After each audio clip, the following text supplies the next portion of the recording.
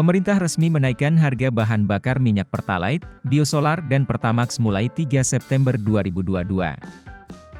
Kenaikan harga BBM akan menyulut lonjakan inflasi. Karena itu, investor perlu mencermati lagi portofolio investasinya agar imbal hasilnya tidak kalah dengan besaran inflasi. Vice President Infovesta Utama, Wawan Hendrayana menyebut, kenaikan harga BBM memang akan menurunkan harga saham dalam jangka pendek. Dia memperkirakan indeks harga saham gabungan akan menguji support di 6.800 hingga 6.900. Wawan menilai wajar jika IHSG turun. Namun secara jangka panjang, kenaikan harga BBM bisa berdampak positif. Proyeksi pertumbuhan ekonomi di 5% saya rasa tercapai dan bisa membuat harga saham kembali naik, kata Wawan kemarin. Namun investor perlu membentengi keranjang investasinya dari efek negatif kenaikan inflasi dan penurunan daya beli. Hal itu disampaikan Senior Vice President, Head of Retail, Pradet Research and Distribution Division Henan Putih Rai Asset Management, Reza Fahmi Riawan. Reza menyarankan, investor bisa mengalokasikan sebagian besar dana investasinya di aset pasar uang.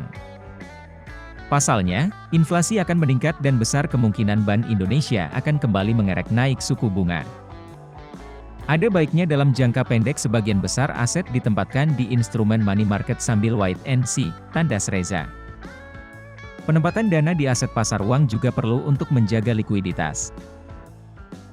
Ketika kinerja instrumen investasi lain kembali positif, dana bisa dialihkan.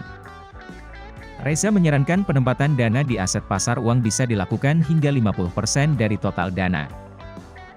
Kendati pasar saham bisa tertekan sentimen kenaikan harga BBM dan inflasi dalam jangka pendek, porsi investasi di saham bisa tetap dipertahankan. Untuk jangka pendek, Reza merekomendasikan saham sektor komoditas, terutama minyak dan batu bara. Untuk jangka panjang, investor bisa masuk saham berfundamental kuat dengan memanfaatkan koreksi harga.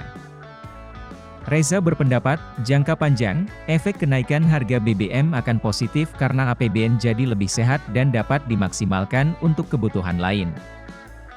Sekadar info, di 8 bulan pertama 2022, investasi saham secara rata-rata memberi return 9,07% berdasarkan pergerakan IHSG. Saham merupakan instrumen investasi dengan kinerja terbaik sepanjang 2022 berjalan ini. CEO Advisor.id, Praska Putrantio menyarankan masuk ke obligasi negara tenor pendek menengah dan obligasi korporasi dengan rating utang minimal A. Menurut dia, jangka pendek, potensi imbal hasil obligasi cukup menarik.